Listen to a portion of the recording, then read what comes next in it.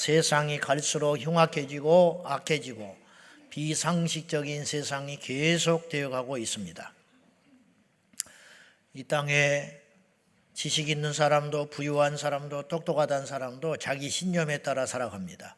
그러나 예수를 믿는 우리는 말씀대로 살아가야 됩니다. 우리의 고집대로 믿으면 지옥 갑니다. 우리의 고집과 가치관과 경험을 꺾고 성령님을 받아들이고 말씀 가운데 살아갈 적에 우리는 진정한 승리자가 되는 것입니다. 사람들이 많이 모인다고 진리가 아니에요. 좋은 것이 진리가 아니에요. 바른 것이 진리예요. 바른 것. 그러므로 죄와 착할 수는 없는 것이에요. 좋다고 넘어가면 안 되는 거예요. 이번에 7월 1일 동성애 기어 축제가 서울시청 앞에서 열릴 예정이었는데 그 신청이 받아들여지지 않고 부결됨으로 큰 역사가 일어났어요.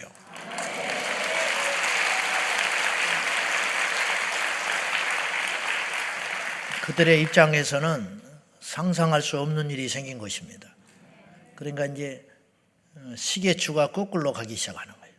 지금 서양 그런 세상에는 있을 수 없는 일로 여겨지는 거예요. 한 번 뚫린 것이 막혔다.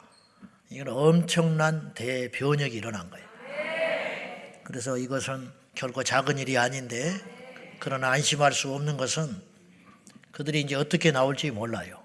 이제 그들이라는 말이 참 가슴 아픈데, 한 민족 안에서 이렇게 갈려 산다는 것이 가슴 아픈 일이지만은 어쨌든 7월 1일 날 다른 장소에서 할지, 또 행정소송을 할지, 또 언론 플레이를 계속 하겠죠. 순순히 물러나지 않을 거예요.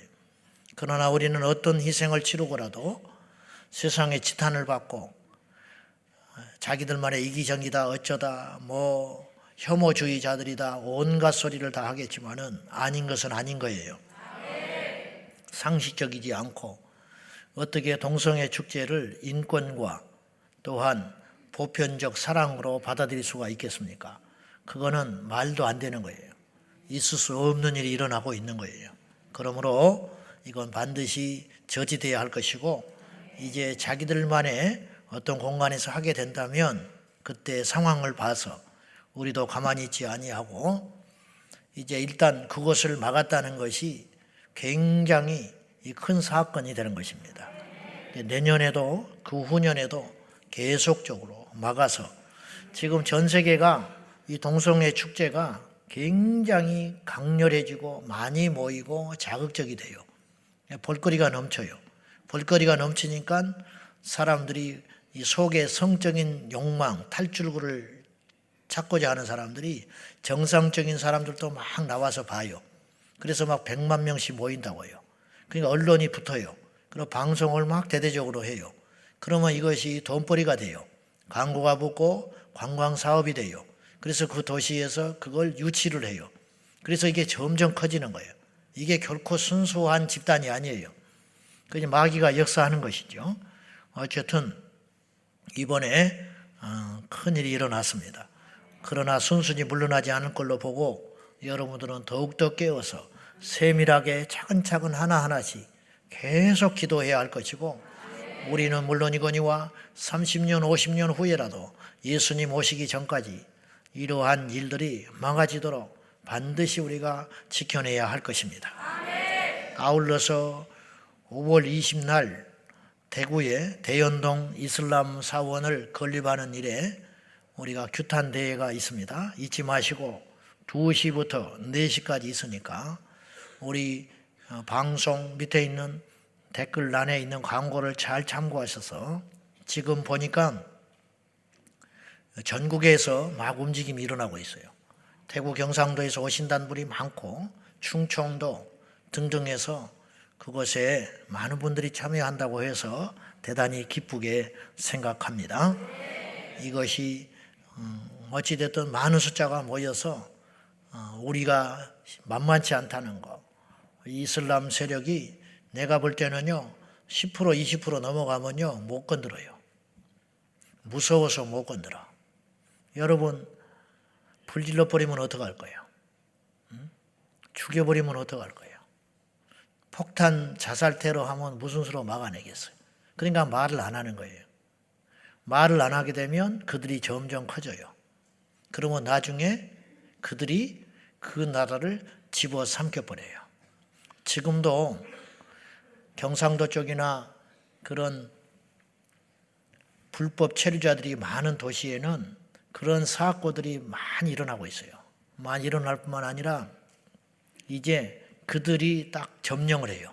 그러면 그 도시가 슬럼화가 되고 거기 있던 사람들이 자꾸 나와버려요. 그러면 그 지역을 뺏겨버리는 거예요. 이게 이제 점점점 잠식되는 거예요. 그러니까 불교나 이런 종교 집단하고는 근본적으로 달라요. 그래서 제가 이렇게 경계하는 거예요. 불교 사찰 우리가 못지게 막자고 합니까? 그건 아니잖아. 원래도 있었지만 불교 사찰은 그런 종교가 아니라고요. 인정한다고, 상대적으로. 그러나 이슬람은 절대로 인정하지 않아요. 여러분 절대 속으면 안 돼요.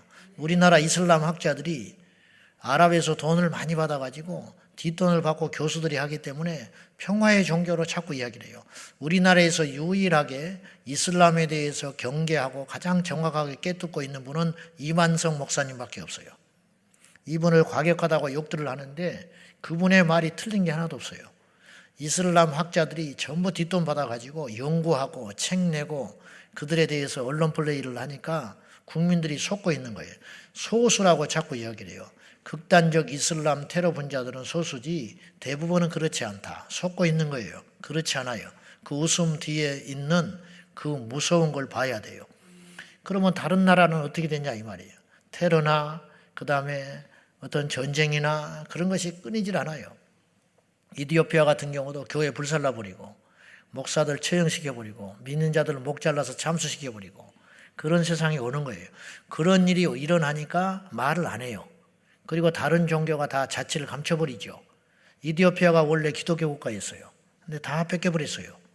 그러니까 나중에는 이제 물러나게 되고 상대 안 하게 되고 조용하게 되고 그러면 둘 중에 하나 그걸 믿든지. 그래서 알다시피 코란의 교리는 이것 아닙니까?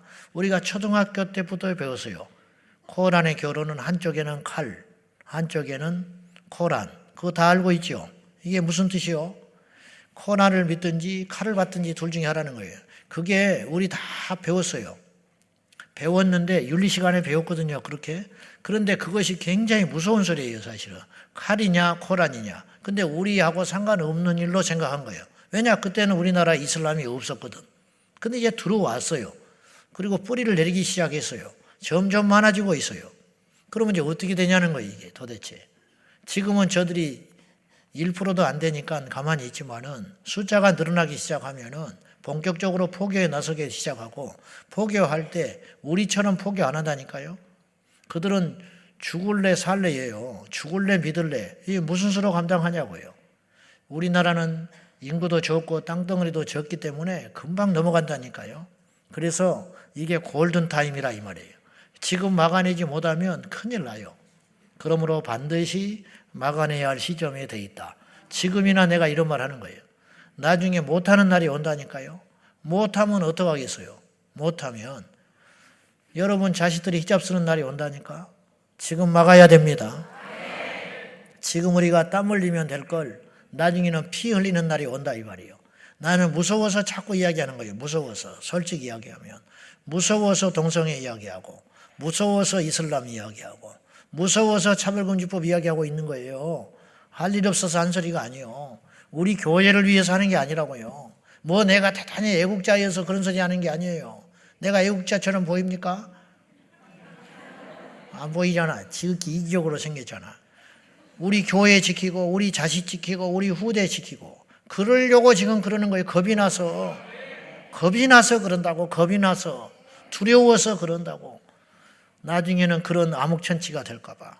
그러므로 관심 가져주시고 전국에 있는 우리 성도들이 반드시 교단이나 교파나 다 달라도 좋은데 이 문제만큼은 똘똘 뭉쳐서 교회밖에 없어요. 여러분 성당이 맡겨서 절이 맡겨서 국회의원이 맡겨서 지금요 이주민들 받아들이자고 난리예요. 국회의원들이. 노동력이 없다고. 기업들이 이걸 신경 쓰겠습니까? 학교에서 신경을 쓰겠습니까? 교회밖에 없다니까. 교회도 일부 눈 떠진 교회들.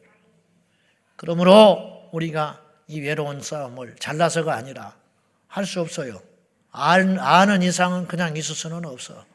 아는 이상은 어쩔 수 없어. 아는 사람이 우물 파는 거예요. 아는 사람이, 목마른 사람이 우물 파는 것이고, 알지요, 여러분? 그러므로 이 일에 절대로 방관하지 말고 기도를 하든지 협력을 하든지 나서든지 뭐든지 하나는 하고 있어야 한다. 우리 성도들은 아멘. 참으로 다행한 것은 그래도 하나님께서 이 땅을 버리지 아니하셨는지 성도들이 많이 나빠지지 아니하고 점점 무관심해지는 게 아니라 제가 볼 때는 조금씩 더 관심이 많아지고 있다. 그래서 키어 반대하는 축제도 10,000명이 모였다가 30,000명이 모였다가 10만 명이 모였다가 올해도 우리가 30만 명 모이자고 했는데 작년보다는 분명히 더 많이 모인다고요. 그러니까 이런 일들이 점점 많아지는 것에 대해서 고무적으로 생각하고 우리 자녀들이 자꾸 이런 일에 눈을 떠서 우리 젊은이들이 앞장서는 그런 일이 일어나도록 기도해야 할 것입니다. 할렐루야. 너는 부르짖으라 엘리야처럼 기도하라. 오늘 두 번째 시간. 지난 시간에 우리는 엘리야의 기도에서 배워볼 것이 있다 이랬어요. 엘리야는 지난 시간에 한 번 더 복습을 하고 오늘 설교할게요. 첫째, 하나님의 뜻을 이루는 기도를 했다. 기도의 본질은 내 뜻이 성취되는 게 아니에요. 우리 뜻이 성취되는 것도 좋지만 그랬다가는 큰일 날 수도 있어요. 기도의 본질은 하나님의 뜻이 이루어지는 것이에요. 토마스 목사님이 순교했어요. 그건 토마스 목사님이 원한 건 아니에요. 누구도 그걸 원하지 않았을 거예요. 그를 파송한 교회도 원치 않았을 것이고 대동강변에서 그렇게 목 잘려 순교할 걸 같았으면 왔겠습니까? 그런데 하나님은 지켜주지 않았어요. 지켜주지 않은 게 아니라 하나님의 뜻을 이루기 위해서 그를 순교의 제단의 피를 받으신 거예요. 그는 죽음으로 인하여 오히려 살았을 때보다 더 많은 일을 이루게 하셨어요. 이게 하나님의 역사예요. 짐 엘리엇이 에콰도르에 가서 한 명도 복음 못 전하고 비행기에 추락해서 죽었습니다. 창에 찔려 죽었어요. 이런 일들이 이 세상에 너무 많아요.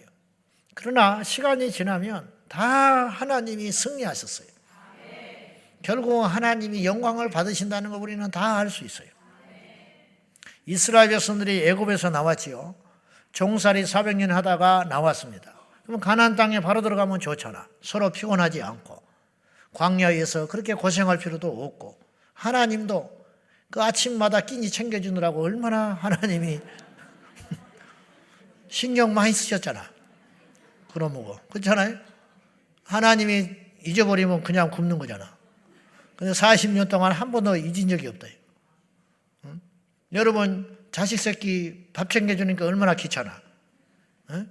어느 때는 그냥 빵이나 한 조각 먹고 가라. 그러고 싶을 때가 있을 거 아니에요. 그것도 또 고마운지도 몰라 이것들은. 아침마다 만나를 주고 때로는 메추라기도 주고 또 생수도 터뜨려서 물도 줘야 돼. 또 옷도 안 떨어지게 또 챙겨줘야 돼.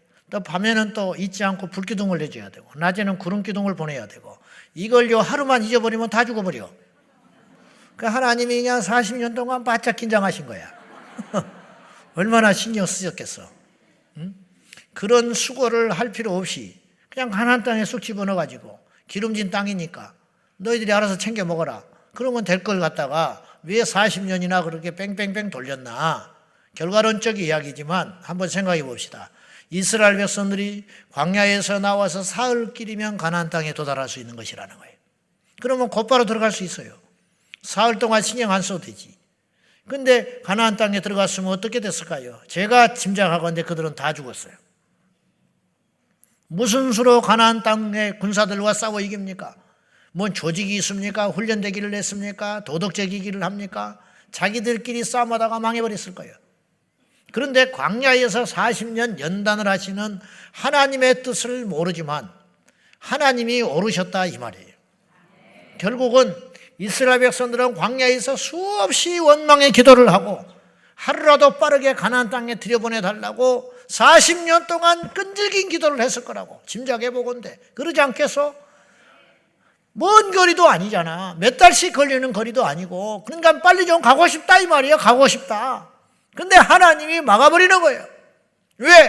때 앞밑에 갈 수가 있어야지. 구름 기둥으로 떡. 그리고 못 가게 움직이지 못하게 하시는데. 어느 때는 몇 달, 몇 년씩 그 자리에 머물고 있는 거예요.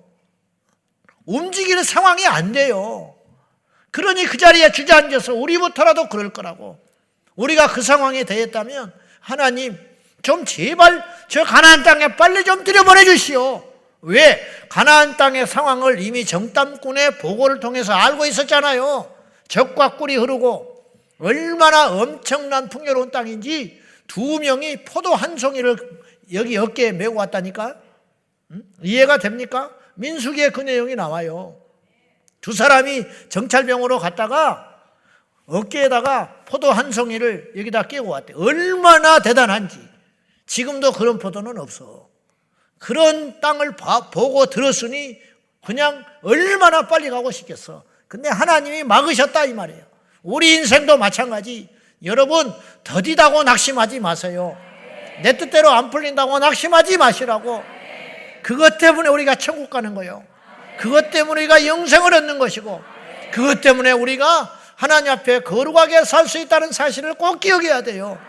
그러므로 엘리야는 하나님의 뜻을 이루는 기도를 했다.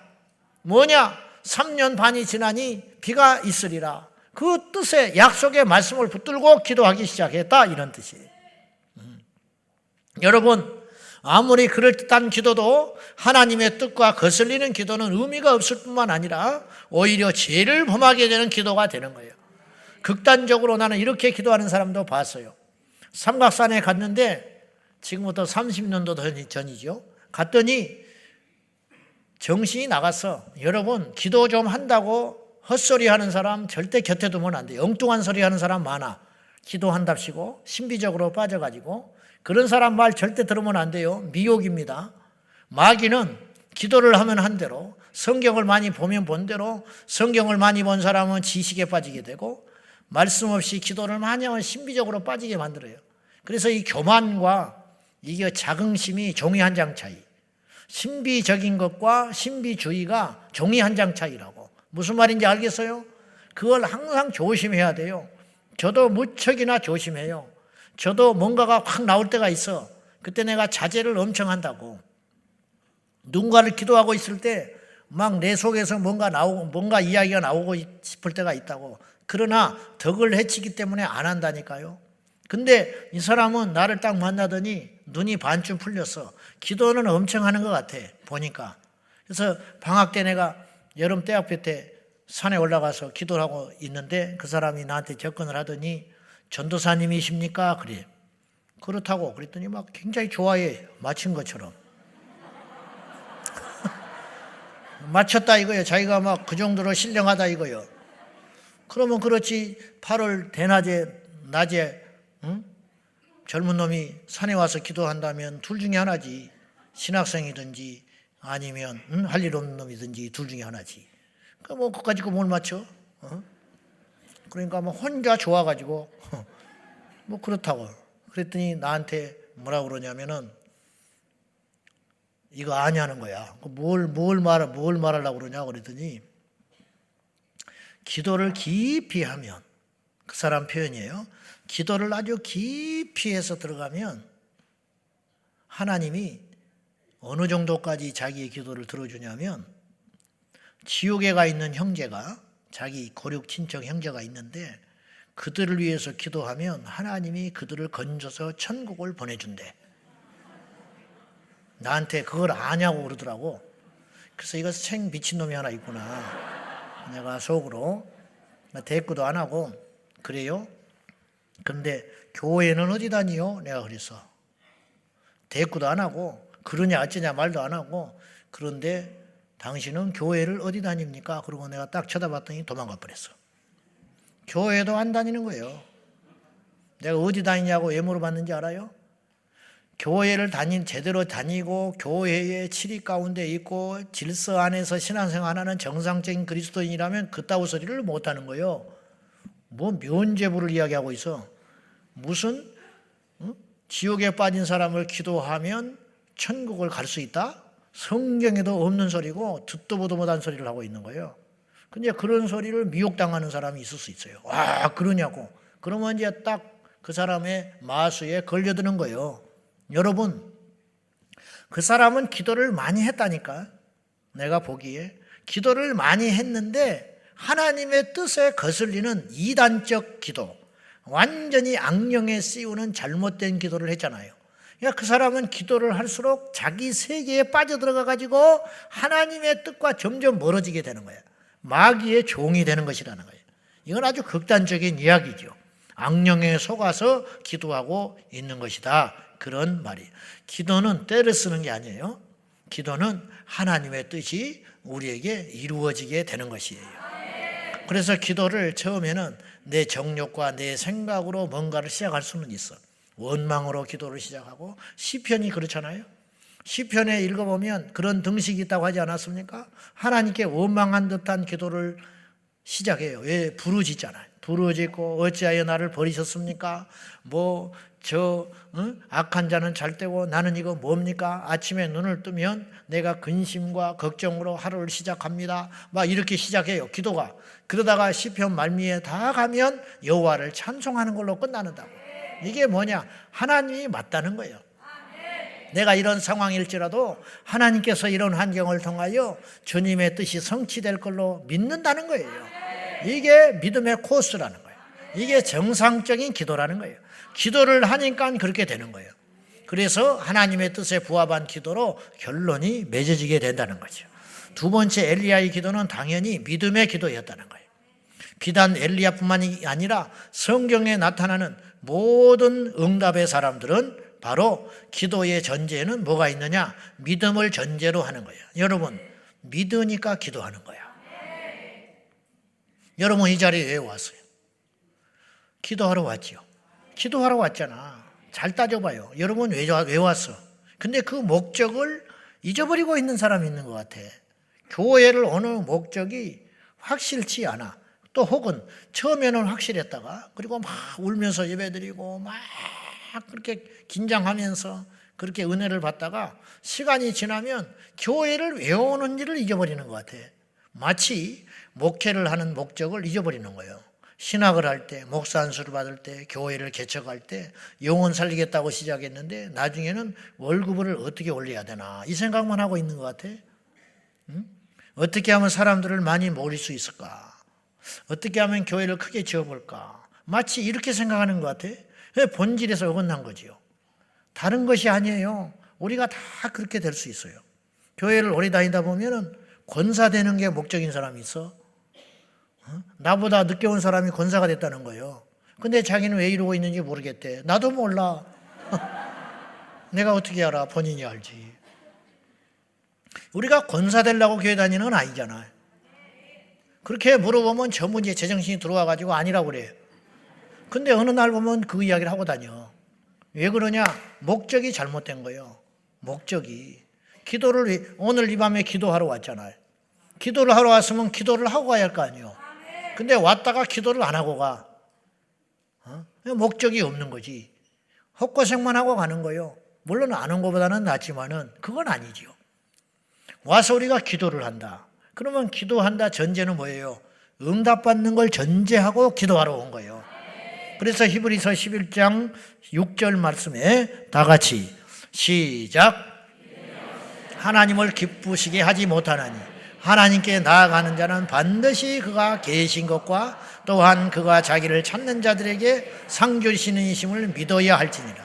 저는 저기에 반드시라는 말을 주목할 필요가 있다고 봐요. 왜 반드시라고 했을까? 그게 너무너무 중요하다는 거예요. 놓치기 쉽다는 거예요.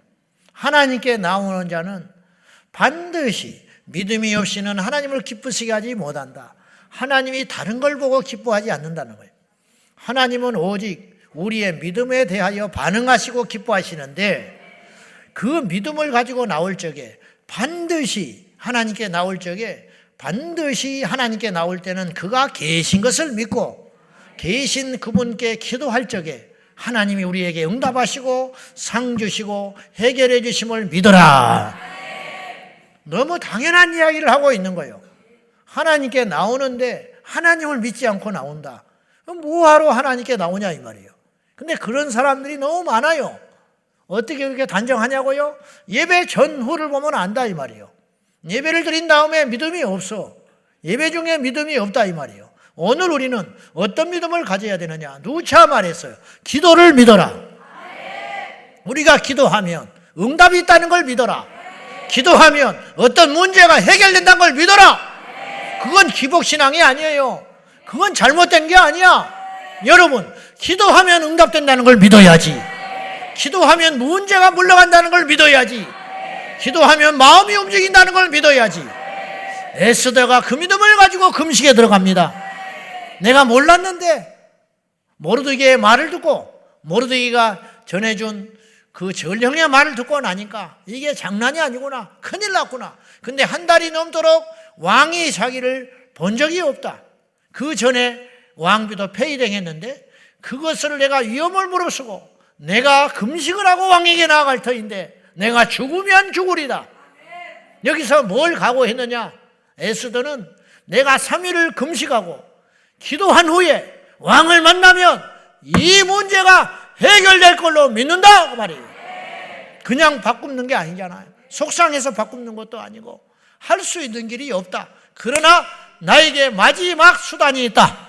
그건 뭐냐? 이 문제는 누구만 해결할 수 있다고요? 전능하신 하나님만 해결할 수 있다 이거예요. 왕의 마음을 누가 움직입니까? 그 나라에서 왕의 마음을 누가 움직이느냐고? 하나님밖에 없다. 왕보다 큰 자가 마음을 움직이는 거지. 그렇잖아요. 왕보다 큰 자는 하나님밖에 없어요. 대통령의 마음을 누가 움직이느냐고? 도장을 누가 찍어주냐고? 하나님께서 있다. 하나님의 손에 그 믿음을 가지고 사랑하는 성도 여러분, 오늘 또 우리는 그 믿음을 가지고 온 거예요. 왔어야 해서요. 우리가 기도하면 비가 오고 이렇게 어려운 상황이지만 육체의 욕망과 본능은 세상에 가고 싶고 있고 놀고 싶고 있고. 나도 오늘 헷갈리더라고. 금요일이냐 진짜 헷갈려. 낮에 주례를 하고 오니까 토요일인가 싶은 거예요. 금요일 날 주례한 건 별로 없었던 것 같아요. 주례를 하고 나니까 토요일인 것 같아.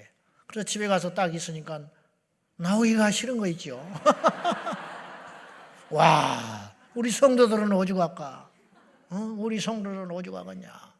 연휴인데, 황금 연휴인데. 그래서 어제 저녁부터 막 놀러 간 거예요, 지금. 금, 토, 주일도 한번 봐야겠어, 내가.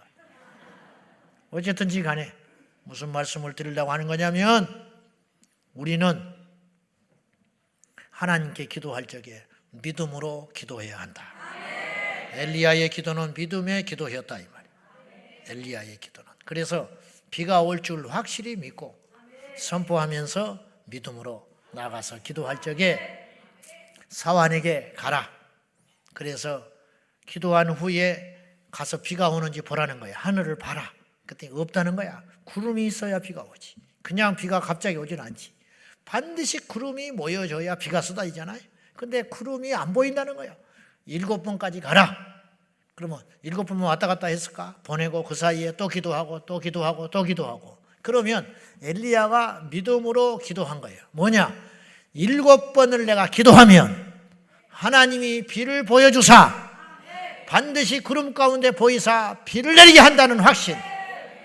그 믿음이 있었기 때문에 이 믿음은 예수님의 이름으로 우리에게만 주신 특권인 것입니다. 너희가 세상을 이긴 이김은 이것이니 너희의 믿음이니라. 믿음 있는 자는 세상에서 제일 강한 자야. 돈 있는 사람도 자빠져. 장정도 쓰러지고 어린아이도 피곤하되 여호와를 앙망하는 자는 독수리가 날개치며 올라가는 새 힘을 얻으리라. 돈이 우리를 지켜줄 것 같아요? 지식이 우리를 지켜줄 것 같아요? 자식이 우리를 지켜줄 것 같아요? 우리의 많은 학문이, 사회적인 덕망이 우리를 지켜줄 것 같아요? 돈을 산더미까지 쌓아놓고도 잠을 못 자. 세상의 명예와 권세를 다 지고도 우울증 걸려가지고 다 죽어가. 방법이 안 나와. 어느 책에 보니까 50세 된 세무사가 있었는데 돈을 어마어마하게 벌었대요. 그런데 그래가지고 돈을 벌어도 허무하고 하니까 1년에 365일 중에 그 옛날에 150일씩 골프를 치고 다녔대. 150일씩. 그래도 돈을 모아.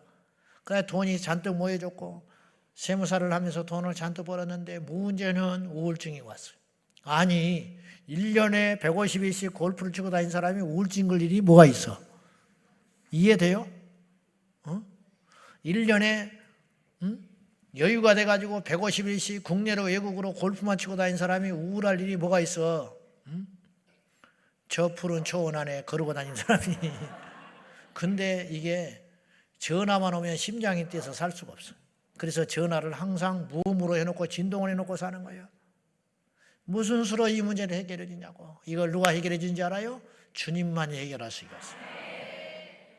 그러므로 우리에게 믿음이 있으므로 감사하고 성도가 믿음이 없으므로 부끄러워해야 됩니다. 오늘도 우리가 이 믿음으로 기도하는 복된 밤이 되기를 축원합니다. 우리가 기도하면 어떤 일이 일어나요? 할렐루야. 우리가 기도하면 좋은 일이 일어나요. 우리가 기도하면 하나님이 일하기 시작해요. 우리가 기도하면 돌파되기 시작해요. 우리가 기도하면 세상이 바뀌어요. 우리가 기도하면 여의도가 바뀌어요. 우리가 기도하면 세상의 우상이 무너지게 돼 있어요. 마지막으로 엘리야의 기도는 말씀과 함께하는 기도였다고 우리가 지난주에 나눴어요. 처음 듣는 것 같지요? 야, 참 막 처음 듣고 있는 것 같아요. 지난주에 다 이야기했는데 말씀과 기도는 뗄 수가 없다고 그랬어요. 따로 생각하는 것은 얼마나 어리석은 것인지 몰라요. 말씀으로 기도하고 기도함으로 말씀을 읽자고 했습니다. 말씀에 근거한 기도는 확실하고 기도의 능력을 갖춘 말씀을 우리가 얼마나 사모할 적에 역사가 일어나는지 몰라요. 우리가 결국은 변하지 아니하고 우리가 응답받지 못하고 제자리 걸음하고 있는 이유는 둘 중에 하나예요. 말씀과 기도가 없기 때문이에요. 말씀과 기도가 없기 때문에. 다른 게 무슨 필요가 있겠어. 대구 범어사에 명식 스님이라고 하는 중이 있었어. 이 친구가 굉장히 명철했어요. 그러니까 17살에 머리를 깎고 중이 돼가지고 사찰에 들어간 거야. 그래가지고는 얼마나 영리한지 벌써 20대 초반이 됐는데 이 불교의 경전을 가르치는 사람이 된 거예요. 그래가지고 범어사에서 이 젊은 친구를 주목하고 키우려고 주지승이 엄청나게 투자를 한 거예요. 근데 어느 날 기독교가 이 불교를 자꾸 이렇게 폄하하고 뭐 자기들만 영생이 있는 것처럼 그런 것에 이렇게 맞설 수 있는 어떤 반론할 수 있는 불교계에서 대책이 있어야 된다. 뭐 이런 생각을 한 거예요. 이 사람이 혼자 이제 자기가 자신이 있으니까 경전에 자신이 있고 불경에 득도한 사람이라 이 사람이 불교에 공헌을 하고 싶은 거예요. 그래서 책을 하나 기독교의 허구성을 깨뜨려 버릴 수 있는 세상을 깜짝 놀랄 만한 책을 쓰고 싶은 거예요, 이 사람이. 근데 그 책을 쓰자니 적을 알아야겠어. 상대를 알아야 제대로 비판을 할 것 같아서 주지승의 허락을 받아가지고 성경을 읽겠다고 그랬어. 그러니까 주지승이 또 읽으라고 그랬네. 그래가지고 시내 서점에 가서 성경책을 겁없이 사다가 이 사람이 얼마나 의지가 강하고 야무진지 성경에다가 주석을 한지를 사가지고 사찰 암자 뒤에 올라가서 따로 운막을 짓고 이 사람이 머리도 기르는 것도 포기하고 수염도 깎는 것도 포기하고 하루 이틀 사흘 한 달 30일 40일 50일을 성경만 읽기 시작한 거예요. 무려 몇 번 읽었냐면 30번 읽고 40번 읽고 70번을 읽었어요. 성경을 70번 읽었다. 내가 그 소리 듣고 엄청 부끄럽더라고. 중도 성경을 70번 읽었다는데 야, 목사가 70번을 못 읽어서 이게 말이 되는 소리냐. 너무너무 부끄러워. 우리 박영근 장로님만 100번 읽었어 이상. 저분만 그 중하고 맞설 수가 있어요. 근데 이 명식 스님이 성경을 70번을 읽고 갈등이 생겨버린 거야. 겁없이 성경을 읽어가지고 갈등이 생겨가지고 그렇지 않아도 이제 말은 안 하지만 어느 날 눈동자가 이상해진 거예요. 주지승이 볼 때.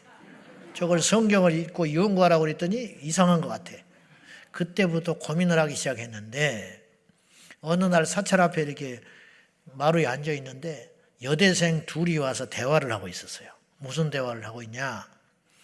절에 와서 이런 이야기를 하는 거야.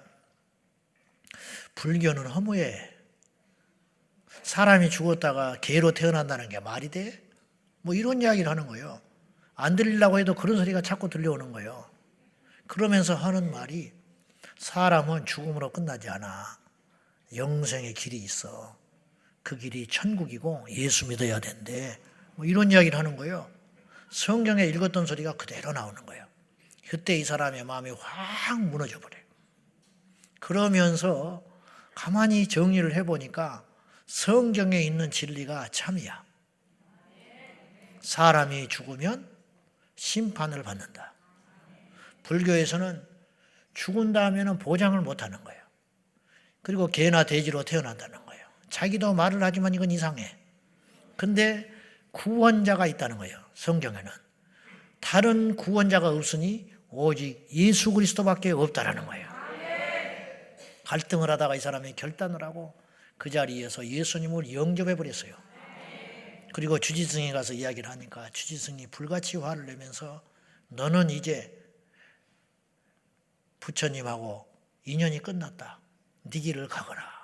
그래가지고 보내줘 버렸어. 그래 이 사람이 나중에 신학을 하고 목사가 돼요. 자, 내가 무슨 말씀을 드리려고 하는 거냐면 하나님의 말씀은 능력이 있어요. 엘리야는 하나님의 말씀을 붙잡았어요.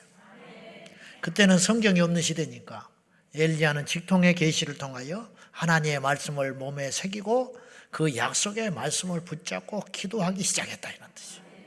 우리도 말씀과 함께 우리 기도가 갈 적에 우리 기도가 힘이 있고 능력이 있는 것입니다. 제가 아프리카 두마 이야기를 몇 년 전에 했어요. 오늘 내가 다시 한번 하려고 그래요. 우리가 변하지 않고 우리가 영적으로 부유하지 않는 이유는 말씀과 기도가 부족해서라고 하는 거예요. 다른 것은 방법이 없어요. 다른 걸로 뭘 채우겠어요? 봉사를 해보십시오. 되는지. 여러분 다른 어떤 것을 해보시라고 방법이 없어요. A.W. 토저는 아주 대단한 주의 종인데 이 A.W. 토저는 진짜냐 가짜냐 뭐 그런 책도 쓰시고 했는데 아주 원색적인 복음을 전하기로 유명한 분입니다. 이 토저는 그 당시 레이븐 힐 목사님도 대단한 분이에요. 이 다음에 레이븐 힐 목사님이 죽고 데이비드 윌커슨 목사님이 나타났어요. 대단한 종들이에요. 이런 분들이 이 시대에는 없는 것 같아요. 근데 이 토저 목사님과 레이븐 힐 목사님이 서로 대화를 했는데 토저 목사님이 아주 소중한 뜻이 다루듯이 편지를 꺼내면서 쓰다듬으면서 사연을 이야기했어요. 레이븐 힐 목사, 나는 미국 대통령의 편지보다 이 편지를 더 소중하게 생각한다네. 그러자 토저에게 물었다는 거예요. 이유가 뭐냐? 그러자 토저는 이런 이야기를 레이븐 힐 목사님께 전해줬어요. 이 편지는 아프리카에 사는 키가 작은 흑인 남자 듀마라는 이가 보낸 편지라는 거예요. 그는 어느 날 밤에 그 남아공 더반시에 있는 침례교회를 가요. 그곳에 가서 주님을 만나요. 이 듀마라는 흑인 작은 청년이. 근데 그날 저녁에 그는 주님을 만나서 놀랍게 구원을 받습니다. 회심의 체험을 했지요. 듀마는 예배를 마치고 교회 문을 나서려고 할 때에 그 교회 목사가 말을 했어요. 형제님, 교회에 온 것을 환영합니다. 다음 주에도 또 오실 것이지요. 제가 또 도와드릴 게 있을까요? 그러자 듀마는 이렇게 말했어요. 있습니다. 그게 뭡니까? 그 목사에게 이렇게 말했어요. 저에게 이 교회를 맡겨주십시오. 황당한 일이죠. 방금 뭐라고 했습니까? 저에게 이 교회를 맡겨달라고요. 듀마는 당황해하는 그 목회자에 이렇게 말을 했다고 그래요. 목사님, 저는 평생의 저를 변화시켜줄 그 무엇인가를 애타게 찾아다녔습니다. 이제 저는 완전히 새로운 사람이 되었습니다. 이제 제 짐이 다 사라졌습니다. 그동안 저를 묶고 있던 무거운 족쇄에서 제가 해방되고 완전히 풀려난 것을 느낍니다. 제 등 뒤에 서 있던 무거운 짐이 지금 다 사라졌습니다. 오늘 예배 시간에 무엇인가 내 속에서 품어 올라오는 나를 정결하게 의롭게 만드는 힘이 생겼습니다. 저는 모든 사람에게 이 사실을 알리고 싶습니다. 그러므로 저에게 교회 강단을 맡겨주시기 바랍니다. 주마 형제, 정식 학교의 교육을 받으셨습니까? 아닙니다. 그러면 신학을 한 적은 있습니까? 아직 안 했습니다. 그냥 교회나 열심히 다니십시오. 그러나 두마는 계속 이렇게 말했어요. 목사님, 저는 거듭남에 대하여 들어왔는데 그런 들었던 거듭남의 사건이 지금 일어났습니다. 저는 새로운 피조물이 됐어요. 이전 것은 지나갔습니다. 이제 저는 다른 식욕도 없고 욕망도 없어졌습니다. 저는 하나님만을 원합니다. 그 말을 들은 그 목사는 적어도 정직했다고 그래요. 형제님, 나도 옛날에는 형님처럼 그랬습니다. 사람들은 회심하고 하나님의 큰 은혜를 체험한 후에 얼마 지나지 않으면 그 신앙이 냉담하게 식는 경우들이 많기 때문입니다. 그냥 돌아가십시오. 두마는 한 달 후에 다시 교회로 나타났습니다. 그 목사는 설교 중에 두마를 알아봤어요. 예배 후에 목사는 두마에게 인사말을 건넸습니다. 그동안 잘 지냈습니까? 그 작은 청년 흑인 두마는 말을 했습니다. 예, 그런데 여쭤볼 게 있습니다. 뭡니까? 목사님, 저에게 설교할 교회를 맡겨주시겠습니까? 형제님은 전에도 그러더니만 교회에 단두 번 나오면서 올 때마다 교회를 맡겨달라고 하니 내가 이 주머니와 저 주머니에 교회를 잔뜩 갖고 다닌 줄 아는가 보군요. 예, 목사님, 저는 한 달 동안 이 교회에 안 나왔습니다. 그런데 이유가 있었습니다. 제가 전에 이 교회 문 앞에서 목사님과 헤어진 후에 곧장 저는 이 길을 쭉 따라 걸어갔고 마을을 빠져나와 숲으로 갔습니다. 숲길을 계속 걸어갔고 한 시내가 나왔는데 그곳 시내가에 있는 동굴에 들어갔습니다. 저는 그 동굴벽에 표시를 하면서 21일 동안 밤낮으로 성경을 읽으며 지냈습니다. 하나님, 당신과 나 둘 사이에 결정을 내려주셔야 합니다. 제가 이 문을 나서기 전에 설교자로 불렀다는 사실을 확인해 주지 아니하시면 저는 평생 설교를 하지 않겠습니다. 그렇게 말씀드리고 저는 아무것도 먹지 않고 누구와도 말하지 않았습니다. 아침이면 시내가에 가서 세수를 했습니다. 11일째 되는 한밤중에 성령이 저에게 임하여 이렇게 말씀했습니다. 내가 너를 나의 종으로 불렀다. 네가 병든 자에게 손을 얹으면 나을 것이다. 가라. 그러니 목사님, 저에게 교회를 맡겨주십시오. 그러자 이 목사는 그때부터 심각하게 이 청년을 대하기 시작했어요. 수요일 밤에 장로회의가 있으니 주일날 다시 와 보십시오. 그 목사는 수요일날 장로님들과 상의를 한 후에 그 흑인이 끈덕진 광신자 같으니 마을 반대편에 있는 성도 5명이 모이는 오두막 지교회를 한번 맡겨보자고 제안을 했습니다. 어차피 그 키가 작은 흑인은 무식하고 무례하고 글도 모르니 교인들을 제대로 관리하지 못하고 구박이나 받을 것이라고 예상했기 때문입니다. 교인들은 며칠이나 혹은 몇 주간 그의 설교를 듣다가 문을 닫아 걸고 그에게 당신은 목사로 부르심을 받지 못했으니 이 교회를 떠나라고 할 것이니 장로들도 그렇게 예상을 했습니다. 사람들이 그 마을에서 쫓아낸 두마, 장로들은 5명의 흑인 신자들을 통하여 그를 쫓아내려고 했는데 두마는 현재 남아공 더반시에서 가장 큰 교회를 목회하고 있고 지금 1200명의 교인들이 모이고 있습니다.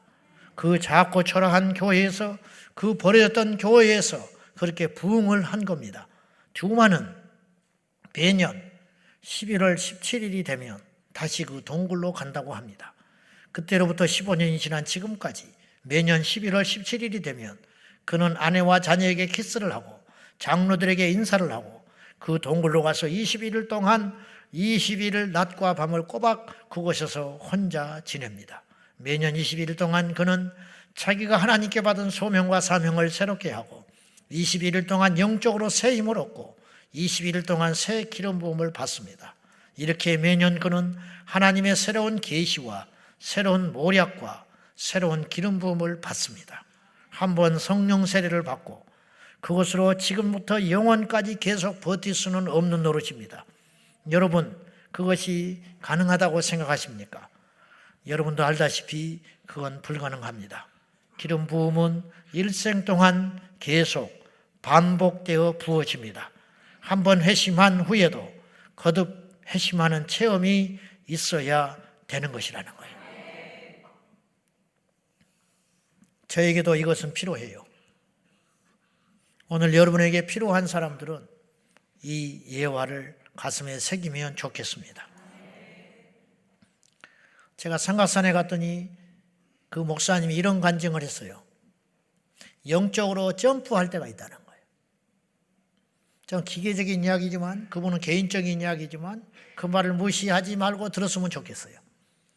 영적으로 성장하는 계단처럼 성장하는 단계가 있다는 거예요. 그런데 그 단계가 성장할 때 하나님께서 하늘의 문을 닫으실 때가 있더라는 거예요. 자기는. 무슨 말이냐면 이분이 산에서 그 당시 30년을 기도했거든요. 간암 걸려서 죽으려다가 천사가 나타나서 그를 치료해주고 기적적으로 그 강팍한 심령이 녹아져서 하나님께 성회를 바치고 주의 종이 돼가지고 산에서 그렇게 기도를 하고 있는 목사님이 계셨는데 이분이 그런 간증을 하는 거예요. 어느 날 하늘의 문이 닫아져 버리더래요. 워치만이도 그런 말을 한 적이 있어요. 뭐냐면 이건 무슨 뜻이냐? 하나님이 이거를 버렸다는 게 아니라 그 전의 기도와 그 전의 방식 갖고는 만족할 수 없는 영적 상태를 만드셔 버린다네요. 하나님이. 네, 영적 상태를. 이해됩니까? 그래서 산기도를 거의 날마다 하다시피 했는데 어느 날 아무리 기도해도 성령께서 함께하는 기도가 안 올라가더라는 거예요. 회개도 무던히 해봤대요. 회개를 해도 안 돼. 이건 그런 문제가 아니더라는 거예요. 답을 찾을 길이 없더라는 거예요. 그래서 금식을 하기 시작했대요. 울부짖으면서 기도를 하고 금식을 했는데 그래도 풀어지질 않아요. 그래서 이분이 어느 날 자기의 생명을 하나님께 딱 바쳐버렸대요. 그러니까 이거는 이 경험을 아는 사람은 모르대. 이거는 하늘의 문이 닫혀가지고 자기의 기도가 딱 막힌 듯이 돼 있으니까 숨을 쉴 수가 없더라, 영적으로. 그래서 자기가 누구한테도 말을 하지 않고 산 꼭대기에 올라가서 어느 날 그분이 작정을 한 거예요. 하나님이 나를 애보시켜 주시고 하늘의 문을 열어주지 아니하시면 내가 이 자리에 죽겠다는 각오를 하고 올라간 거예요. 그래 이거 하루, 이틀, 사흘 잠도 자지 않고 먹지도 아니하고 마시지도 아니하고 울부짖고 막 간절히 매달려 기도하는 중에 3일째 되는 날 하늘이 확 열려버리더라. 그리고 몸이 가벼워지면서 3일을 굶었는데 그 힘이 어디서 나오는지, 그리고 6시간을 부르짖어 기도를 했는데 성령의 불이 다시 임했더라는 거예요. 그리고 이분이 내려왔어요. 내려왔는데 영적으로 점프한 거야. 또 성장한 거야. 그래 너무 자기가 기쁘고 감사해서 며칠 있다가 자기가 올라서 기도했던, 근데 그때 그 산에서 그 나무 잘려진 그 그루터기 그걸 확 붙잡고 기도했대요. 그래서 자기가 기념을 하려고 그걸 가져다가 자기가 영적으로 나약해질 때, 침체가 올 때 그걸 보고 다시 한번 결단을 하고 싶어서 그걸 찾으러 올라갔대요. 분명히 그 자리였어요. 근데 없더래. 나무 묶인 거 없더라는 거예요. 여러분, 오늘 이 두마의 이야기는 굉장히 중요한 이야기를 했어요. 성령의 불은 임할 수 있어요.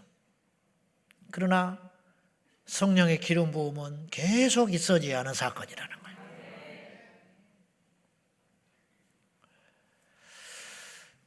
이제 오늘 설교하렵니다.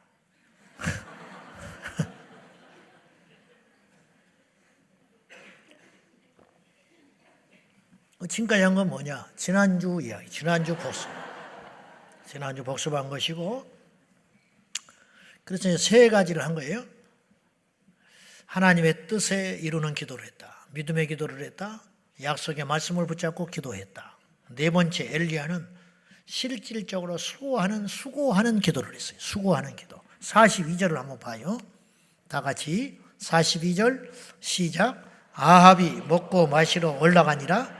엘리야가 갈멜산 꼭대기에 올라가서 땅에 꿇어 엎드려 그의 얼굴을 무릎 사이에 놓고 그랬어요. 자, 엘리야는 머리로만 하는 기도를 하지 않았다는 거예요.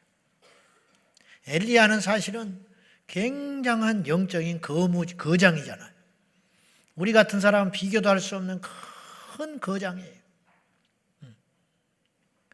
변화산에 나타났던 인물이 엘리야예요.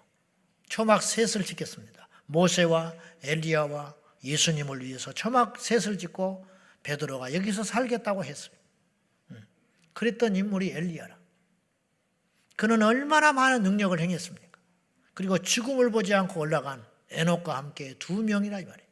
엄청난 인물이죠. 특별한 존재 엘리야. 근데 엘리야는 하나님 앞에 수고하는 기도를 했다. 이런 기도를 했다네. 우리는 거의 날마다 기도를 생각합니다. 사실 그래요. 오늘 이 밤에 오신 여러분 중에 기도에 대한 부담감을 안 갖고 산다는 건 거짓말이죠. 정상적인 그리스도인이라면 끊임없이 말씀과 기도에 목말라요.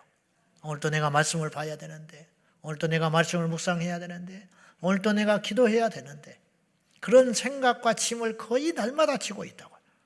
새벽에 나올 적에 오늘은 내가 더 깊이 기도해야겠다. 더 많이 기도해야겠다. 그런데 10분 하고 일어날 때가 많아요. 철야를 해야지. 오늘은 반드시 퇴근하고 기도해야겠다. 퇴근길에는 그렇게 마음을 먹지만 막상 운전대는 집으로 향해 가버리고 말아요. 오늘 출근하면 그 자리에 앉아서 기도부터 시작하고 하루를 시작해야겠다. 그렇게 결단하지만 사실은 놓쳐버리고 하루를 시작할 때가 많아요.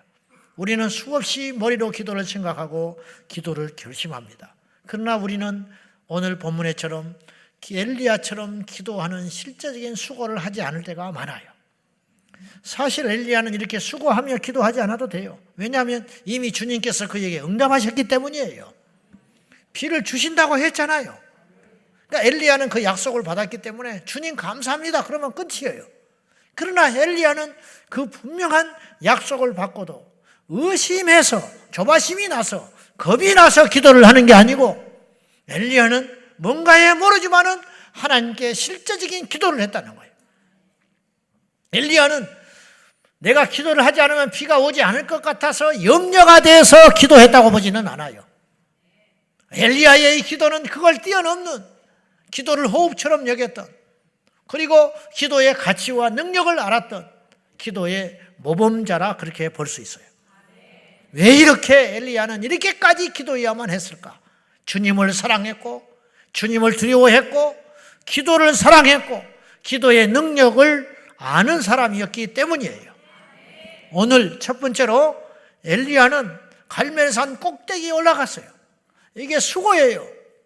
갈멜산 꼭대기가 얼마인지는 모르나 꼭대기까지 꼭 올라갈 필요가 있는가? 어디서든지 기도하면 되지. 꼭 이 자리에 와서 기도해야만 하는가? 영상으로 예배하고 집에서 그냥 그렇게 기도하면 되지. 제가 자주 하는 말이 있죠. 대포로 파리를 잡아라. 이해됩니까? 대포로 파리를 잡는 수고가 있어야 한다 이 말이에요. 2시간 차 타고 와서 1시간 예배 드리고 2시간 차 타고 왔다. 세상 사람 이해 못해요. 2시간은 양반이야. 4시간 5시간 차 타고 와서 예배 드리고 또 4시간 5시간 차 타고 밥도 못 먹고 또 차가 밀리면 대여섯 시간 걸리면서 수고하는 성도들이 있어요. 왜 그러냐? 남들이 볼 때는 미친 거예요. 교회가 뭐하러? 교회가 한두 개냐? 그 먼 데까지 뭐하러 그런 수고를 하느냐? 그 시간에 그럴 바에는 교회를 한 번 갈 거, 가까운 교회가 다니면 3번, 4번 다닐 것인데 뭐하러 그런 수고를 하느냐? 그렇게 말을 할지 몰라요. 물론 일리가 있는 말이요. 여러분, 오늘 한 번쯤 쉬면 어때? 오늘 한 번쯤 쉬면 어떠냐고. 우리가 한 번 쉰다고 지옥을 갑니까? 오늘 한 번 우리가 쉰다고 성령이 떠나기를 합니까? 우리가 한 번 쉰다고 우리 집이 망하기를 합니까? 그렇지 않지요. 결단코 그런 일은 일어나지 않아요. 그럼에도 불구하고 여러분이 수고를 하고 이 자리에 왔다는 거예요. 이것이 결코 헛된 일이 아니라는 거예요. 엘리야가 갈멜산 꼭대기에 올라갔어요. 꼭 꼭대기에 올라가야 됩니까? 밑에서 하면 안 되는 거예요? 편안한 들판에서 하면 안 되는 거예요? 자기 집에서 하면 안 되는 거예요? 그러나 엘리야는 산 꼭대기에 올라가는 수고를 했다 이 말이에요. 이것이 기도의 자세라는 거예요. 이 수고, 하나님은요 반드시 심는 대로 거두게 하시는 분이에요. 당시에도 선지자들이 많이 있었어요. 다 가짜였어요. 가짜 선지자들은 이런 수고를 하지 않아요. 이 시대에 참 성도만이 기도하는 거예요. 가치를 아는 사람만 이런 대가를 지불하는 거예요. 그리고 그들을 통하여 하나님이 이 시대에 새로운 일을 이루시고 마귀와 싸우게 하시고 승리의 면류관을 주시는 것입니다. 여러분은 잘 선택한 거예요. 여러분의 기도는 절대로 땅에 떨어지지 않습니다. 여러분의 수고는 어리석지 않습니다. 여러분의 수고는 헛된 것이 아니에요. 그러므로 포기하지 마세요. 낙심하지 마세요. 손에 잡힌 것이 없고 눈에 보이는 것이 없다 할지라도 한 번 기도하고 구름이 생기지 않았어요. 7번 기도할 때까지 구름이 그때서야 생기더라 이 말이에요. 그때까지 포기하지 말라. 두 번째, 땅에 꿇어 엎드렸어요. 요새는 무릎도 꿇기 어려운 시대예요. 무릎도 꿇기 힘들어. 한평생 이제는 무릎 꿇을 수 없는 시대가 됐어요. 엘리야는 땅에 무릎을 꿇었습니다. 그리고 세 번째, 얼굴을 무릎 사이에 넣었어요. 와, 유연하다, 유연해. 그렇게 생각하는 사람이 있을 것입니다.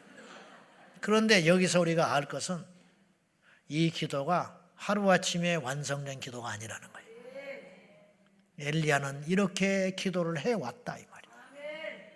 꼭대기에 올라서 무릎을 꿇고 양 무릎 사이에 고개를 숙이고 들어가면서 이게 엘리야가 하나님께 드릴 수 있는 목숨을 건 애통의 기도. 꼭 이렇게 기도 안 해도 돼요. 꼭 이렇게 기도 안 해도 된다. 꼭 무릎 꿇고 기도 안 해도 돼. 꼭 이 자리에 와서 기도 안 해도 돼. 꼭 손 들고 기도 안 해도 돼. 그렇게 울면서 소리치고 기도하지 않아도 우리가 소리 지르고 막 기도하는 사람을 보면 하나님 기먹었냐 그래. 하나님이 기먹었냐는 거예요. 그래요. 묵상해도 하나님을 알아요. 우리의 시름도 들어요. 우리의 속에 있는 생각도 아신다니까. 그러나 우리는 왜 부르짖냐? 내가 부르짖음으로 인한 하나님이 내 기도에 더 주의를 기울여 주시고 들으라고 하는 게 아니라 그냥 우리는 그렇게 기도하는 거야.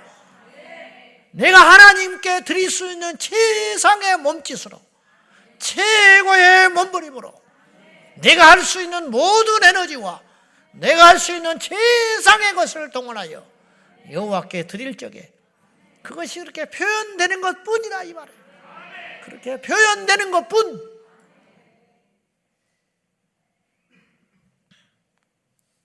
엘리야는 오랜 동안의 이런 기도를 통해서 자신만의 기도의 독특함을 완성했다 이런 뜻이. 요리사가 나름대로 요리법이 있어요. 사람들은 처음 보고 왜 저렇게 하냐고 그래. 그러나 그는 수십 년 동안 이렇게도 저렇게도 해보고 자기 것을 만난 거예요. 어떤 목수가 그런 식으로 문짝을 만들어요. 처음 보는 사람은 왜 그렇게 만드냐고 그래요. 그러나 그 목수는 수십 년 동안 못에 피멍이 들고 손이 찢겨가면서 그 방법을 취득한 거라니까. 함부로 말하면 안 돼요. 함부로. 마지막으로 엘리야는 7번 기도했어요. 즉 포기하지 않는 기도를 드렸다. 포기하지 않는 기도. 43절 시작. 그가 사환에게 이르되 올라가 바다 쪽을 바라보라. 그가 올라가 바라보고 말하되 아무것도 없나이다. 이르되 아무것도 없습니다. 그럼 포기해야 돼요. 아무것도 없습니다. 낙심해야 돼요. 여러분이 오늘 기도하고 집에 돌아가면 대단한 일이 일어나지 않아요. 그럴 수도 있어요. 그러나 우리는 포기하지 않는 거예요. 하나님이 그걸 보는 거예요. 하나님만 보는 게 아니라 원수 마귀도 봐요. 그걸. 우리가 포기하지 않고 있을 때 원수 마귀는 떠나가게 되는 거예요. 여러분 그렇게 쉬운 일이 아니잖아. 7번을 포기하지 않냐고. 가라. 없습니다. 그러나 엘리야는 7번까지 포기하지 아니하고 구름이 생길 때까지 비가 내릴 때까지 포기하지 않았다. 보내고 기도하고 보내고 기도하고 보내고 기도하고 보내고 기도하고 보내고 또 기도하고 7번까지 가라. 응답이 올 때까지. 기도의 응답은 여러 종류가 있어요. 한 번 기도해서 응답이 오는 게 있어요. 100번의 기도를 통해서 응답 오는 게 있어요. 죽을 때까지 기도해야만 응답받을 수 있는 게 있어요. 심지어는 죽은 다음에 응답받는 것도 있어요. 제가 이찬수 목사님 이야기했어요. 그분이 분당 우리 교회 개척해놓고 사람들이 동서남북에서 모여드는데 감당이 안 돼. 어느 날 새벽에 이분이 하나님께 엎드려 기도를 했대. 하나님, 나는 남보다 설교를 잘하는 것도 아니고 특별한 능력이 있어서 뭐 병든 자를 폭포 일으키는 것도 아니고 평범하고 지극히, 그리고 이분은 어른 목회를 안 해봤어요. 결정적인 것은 사랑의 교회에서 학생부만 맡고 있다 개척을 해서 나갔다고요. 그런데 이게 어떻게 된 일입니까? 이유가 뭡니까? 제가 그 이야기를 개척하고 죽을 쓰고 있을 때 들었어. 어떻게 열이 받든지. 아니, 나는 죽을 뚱살뚱 해도 안 되는데 이분은 그냥 온대, 동서남북에서. 물론 훌륭하니까 그렇지. 특이하고 잘하시니까 그렇겠지만 그 소리를 들었는데 상대적으로 열등감이 생기더라고. 나는 이거 뭐냐. 그런 적이 있었는데, 근데 이제 이분이 그 다음에 이런 말을 하는 거예요. 기도를 하는데 하나님이 가르쳐 주더래. 이유가 뭔지를. 네 아버지의 기도다. 아버지가 평생 목회하셨는데 50명이 안 되는 교회를 목회하고 죽으셨어요. 교회가 분란이 나서 두 사람이 싸웠는데 교회가 시끄러워지니까 목사님이 그 문제를 해결하자고 금식기도원에 들어간 거예요. 성도가 싸웠는데 목사님이 금식을 하러 들어갔어요. 답이 안 나오니까, 화해가 안 되니까. 그리고 40일을 금식을 하는데 20 며칠째에 돌아가셔 버렸어요. 금식하다가 돌아가신 거예요, 아버지가. 그 상처가 너무 컸어요, 가족에게. 하나님이 살아계시면, 아니, 죄짓다가 죽은 것도 아니고, 목사님이 교회 살려보겠다고 금식하러 갔는데 금식 마치기 전에 돌아가셔 버렸으니 이 하나님이 살아계신 분이요. 이분이 상처가 너무 커서 미국으로 건너가서 목회를 안 하고 도망을 다녔어요. 그래서 일을 해서 사업을 했어요. 근데 하나님의 뜻이 있으니까 콕 깨가지고 사랑의 교회에 와서 목회를 하다가 나가서 개척을 한 거예요. 그때 이분이 알았대. 그 아버지가 무슨 기도를 했겠어? 그 아버지가 죽기 전에 생전에 무슨 기도를 했겠냐고. 교회 부흥을 위해 기도했을 것이고 그 영혼들을 위해 기도했을 것이고 자기 가족을 위해 기도했을 거 아니야. 그 기도의 응답으로 네가 보상을 받는 것이라고 그러더라는 거예요. 하나님. 그렇구나. 여러분, 눈물의 기도로 하나님께 심어놓은 자식은 하나님이 돌아오게 해요. 포기하지 말고. 나라를 위해서 울었기 때문에 이 나라가 산 거예요. 절대로 낙심하지 말고 끝까지 통일이 일어날 때까지 기도하는 거야. 포괄적 차별금지법은 주님 오실 때까지 망안해야 되는 거야. 반드시 가족의 구원, 어떤 사람의 변화, 병 나을 때까지 중도에 포기하는 기도를 드리지 말고 끝까지 우리가 주님 오실 때까지, 주님 만날 때까지 끝까지 지켜내야 할 것이 있다면 다음과 같은 것들이. 첫째는 믿음. 믿음은 중도에 포기하는 게 아니에요. 두 번째, 기도하는 일은 포기하면 안 돼. 할렐루야. 믿음을 중도에 포기하지 마라. 기도를 중도에 포기하지 마라. 복음 전하는 전도의 사명을 중도에 포기하면 안 돼. 말씀을 읽고 말씀 가운데 살아가고 행동하는 것을 중도에 포기하면 안 돼. 예배하는 일을 포기하면 안 돼. 이런 등등의 일은 옛날 일이 돼서는 안 된다는 거예요. 한때 일이 되면 안 돼. 내가 한때 기도 많이 했지. 내가 한때 전도 많이 했어. 내가 한때 예배를 미친 듯이 드린 적이 있었지. 지금은 부끄러운 줄 알아요. 부끄러운 줄 알아요. 얼마나 무서운 상황에 있다는 걸 모르고 열심히 하는 사람 보면 뒤에서 팔짱 끼고 이렇게 얘기해. 나도 한때 열심히 해봤다. 웃기고 있네. 세상의 일은 경험이 쌓이면 조금 물러나도 돼요. 무슨 말인지 압니까? 세상의 일은 숙달되면 뒤로 물러나서 다른 사람한테 양보하고 뒤짐지고 있어도 된다고요. 그러나 하나님의 일에 은퇴는 없는 거라 이 말이요. 하나님의 일에 안식이 어디가 있어? 믿음이 쉬는 게 어디가 있어? 그동안 너무 믿음으로 달려왔으니까 이번 한 달만 믿음을 포기하자. 죽어요, 죽어. 그동안 무수히 예배를 드렸으니까 이제 좀 양보해야겠다. 교회도 좁은데 죽어라, 죽어. 말이 안 되는 거야. 그거는 절대로 말이 안 되는 거야.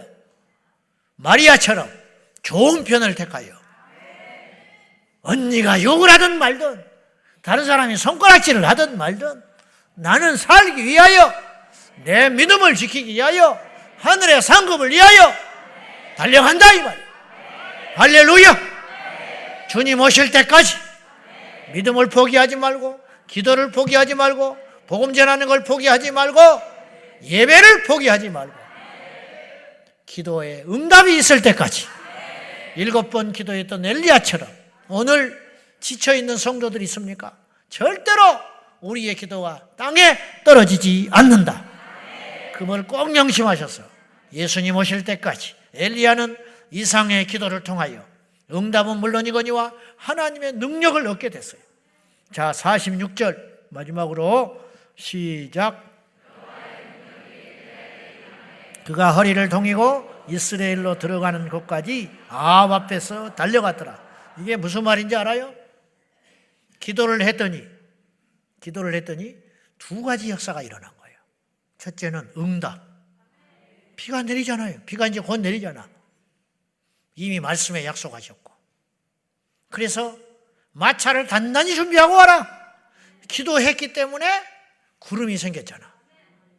응답받은 거죠. 두 번째 보너스가 생겼어요.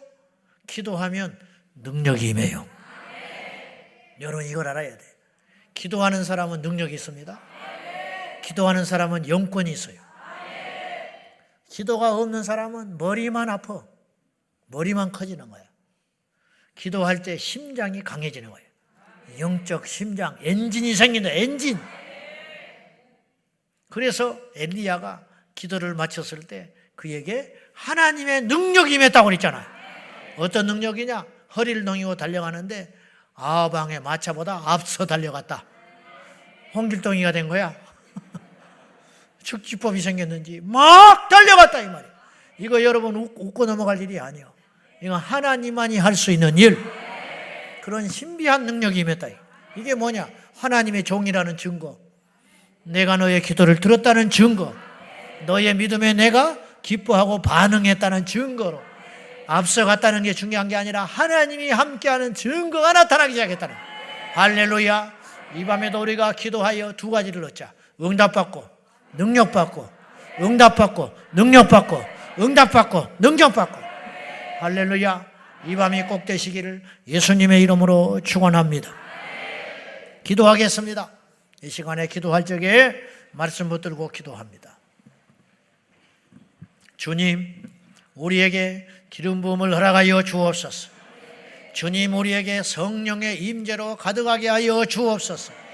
주여, 우리가 이 밤에 기도하여 영적으로 돌진하기를 원합니다. 능력을 얻기를 원합니다. 엘리야가 기도할 적에 응답받고 하나님의 능력을 얻은 것처럼 우리 모두에게 세상을 이기는 강한 능력을 주시고 환경을 이기는 능력을 주시고 나의 낙심과 절망을 이길 수 있는 능력을 주시옵소서. 믿습니까? 하나님 우리에게 기도를 들어주실 줄로 믿습니다. 다 같이 낙심과 절망을 물리치고 예수의 이름으로 기도하기를 원합니다. 다 같이 우리 주님 부르며 부르짖어 말씀 붙들고 기도하겠습니다. 주여, 주여, 주여. 오늘도 살아계신 하나님을 우리 사랑하는 성도들이 엎드려 기도합니다. 하나님께 간절히 부르짖어 기도하는 성도